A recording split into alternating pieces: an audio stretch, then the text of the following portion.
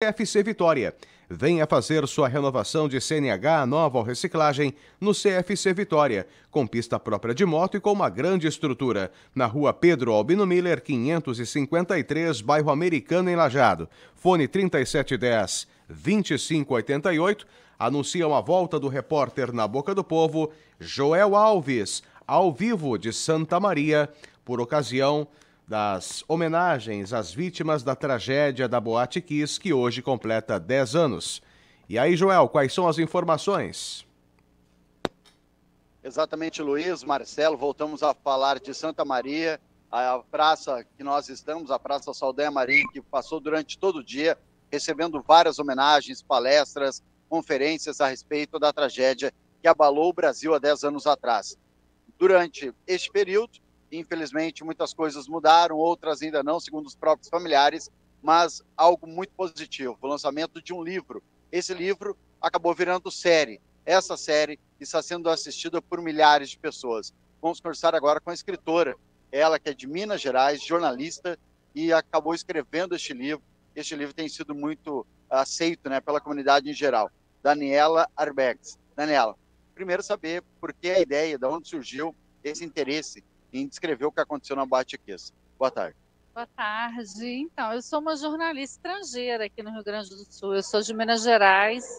Na época que a mídia estava muito distante do epicentro dos fatos, meu jornal era o jornal local, então eu não cobria a tragédia Kiss, da Boate Kiss. Mas em 2016 eu estava preparando o meu terceiro livro, reportagem, quando um colega de redação me disse que tinha conhecido uma enfermeira de Santa Maria, que eu precisava contar essa história.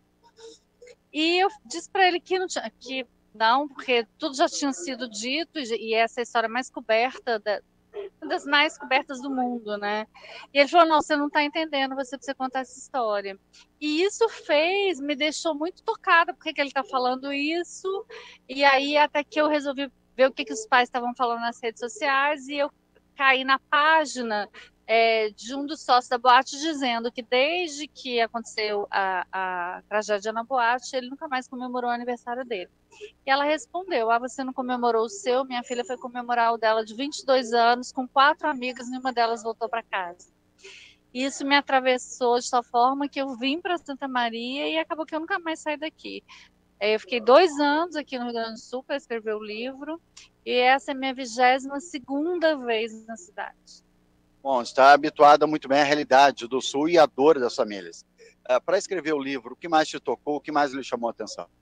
Acho que foram muitas coisas, assim, eu precisava entender se com o meu jornalismo eu poderia contribuir com essa história, jogar luz sobre essa história. Quando eu cheguei aqui, entendi que tinham histórias não contadas, por exemplo, que os profissionais da área da saúde nunca tinham falado sobre o que viveram naquela noite e nos dias seguintes, e essa onda de dor dessas famílias que congelaram no dia 27, eu resolvi ficar e colocar o meu jornalismo a serviço dessa causa. Então foram muitas histórias tocantes e o mais importante, eu acho que essa luta interminável desses pais. Bom, agora o livro acabou sendo muito bem aceito pela comunidade, virou uma série da Netflix. Inclusive está no top 10, né? Essa lista é muito importante. Por que acha que deu essa repercussão tão grande?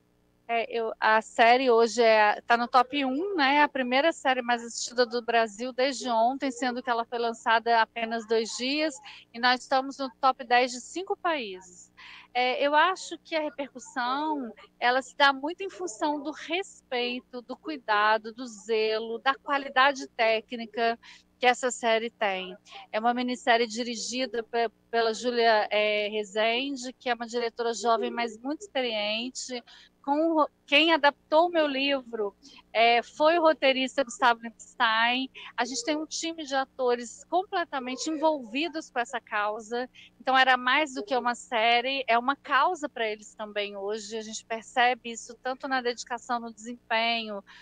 Paulo Gorgulho sendo abordado na rua, as pessoas querem abraçar e choram com ele, assim, é como se elas estivessem abraçando os pais.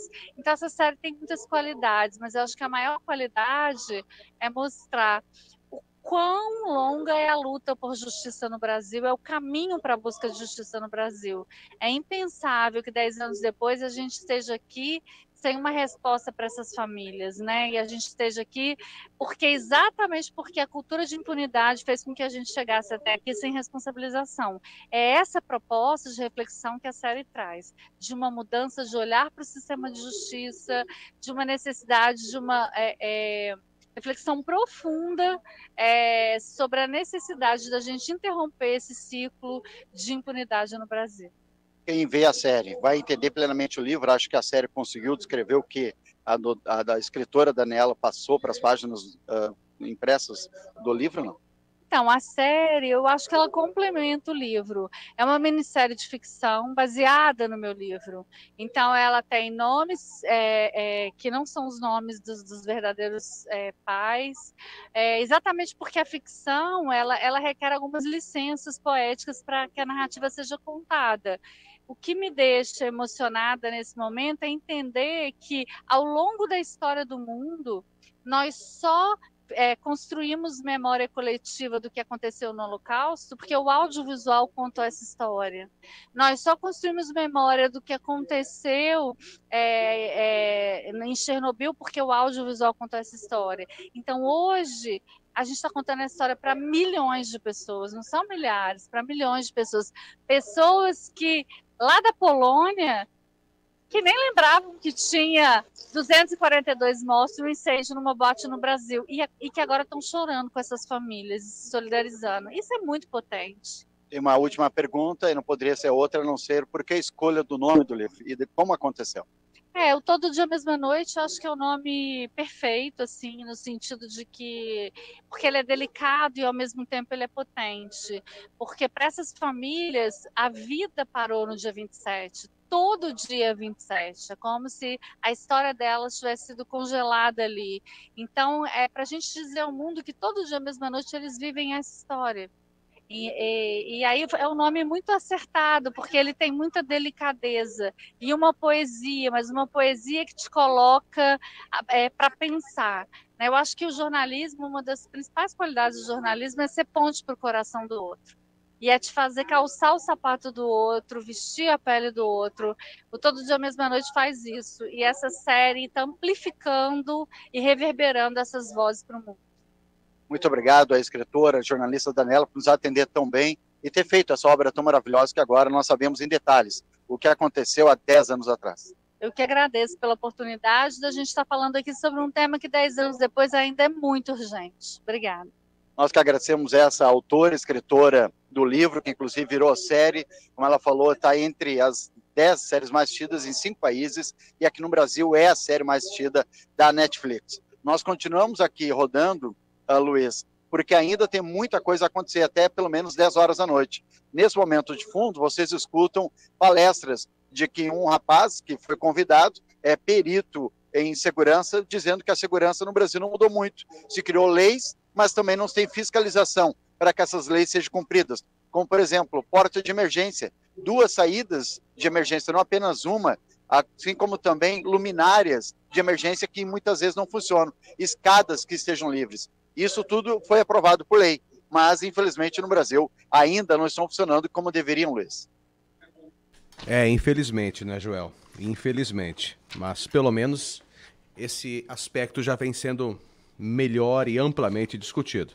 Resta que se pratique tudo aquilo que as legislações, os nossos legisladores idealizaram e testificaram através de projetos aprovados no Congresso Nacional no que diz respeito à segurança desses ambientes. Exatamente, é isso também que os pais, que a população em geral e muitos que nem têm nenhum contato direto com o que aconteceu há 10 anos, vêm aqui e dão apoio. Por isso que essa movimentação tem criado corpo nos últimos anos. Nós vamos continuar aqui, eu e o colega Vinícius Malman, trazendo mais informações. Daqui a pouco, inclusive, com lives nas redes sociais do Grupo Independente. Falei aqui de Santa Maria, em nome de CFC Vitória, a sua melhor direção.